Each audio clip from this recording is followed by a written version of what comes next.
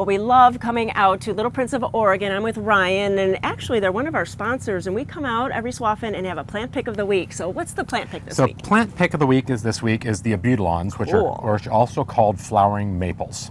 It's kind of a wonderful series of plants that we like to grow. They are a zone 8 plant, so they're a little on the marginal side, but left outside in the wintertime, a protected area, mulched around. They'll go through the winter. Nice. They do great in pots and containers, or they can also be used as a house plant. Ah, that's really cool. Yeah, so there's various different colors and some shapes to the different ones that we grow. All right. There's a whole series called the patio series like this. So there's tangerine colored, there's yellow blooms, there's red blooms.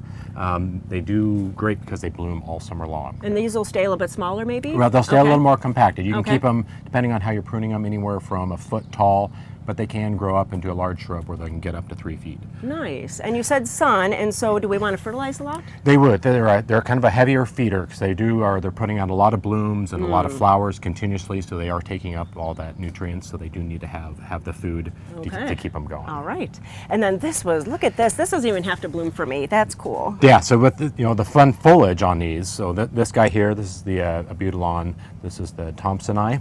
And so it has the great foliage for the mottled yellow and green leaves, and then that kind of stunning, kind of that peachy pink flower. But you can see as they get older, they just continuously put on the blooms. As the new blooms the old blooms fall off, you got new blooms coming on right behind it. So it has this kind of continuously blooming look to them throughout the season. Nice. And then you have some other ones over here. And then there's some other ones over here too. This one's called the Red Tiger. Oh, look at that. And so the bloom on this is just a super cool, that mottled coloring to it. So that's a real fun one.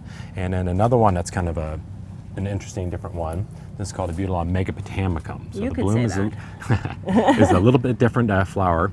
The nice thing about this one is kind of how you want to prune it. It has kind of this arching, sprawling habit to it. So you could put this into a large hanging basket and have this stunning looking down, or you could train it upright and train it up on a trellis. Oh, very nice. And have it taken up that way, where it have the blooms flowing down off of that. So it's not cool. quite as upright as some of these other varieties, some of the other ones. but it gives you a little bit more flexibility of some of how you can do it. Ah, and then another variegated one. And then another variegated one here. So this is more of a green and white variegated. This is called Savitsii, and it has kind of this real soft peach flower to it.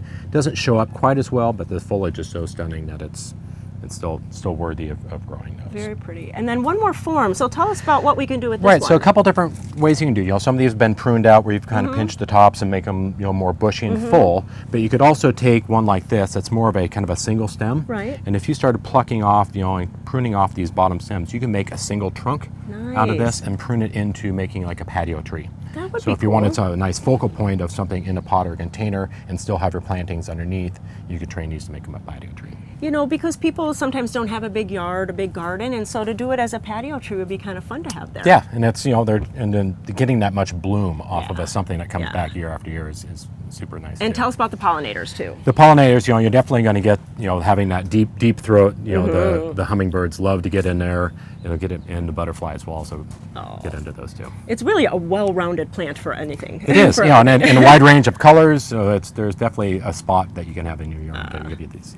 Well, Little Prince of Oregon is in many, many different places around your local garden center. So if you want to get some of these plants for your garden, go to your friendly neighborhood garden center and ask for Little Prince of Oregon Abutilons. Thanks so much, Ryan. Great, thank you, Judy.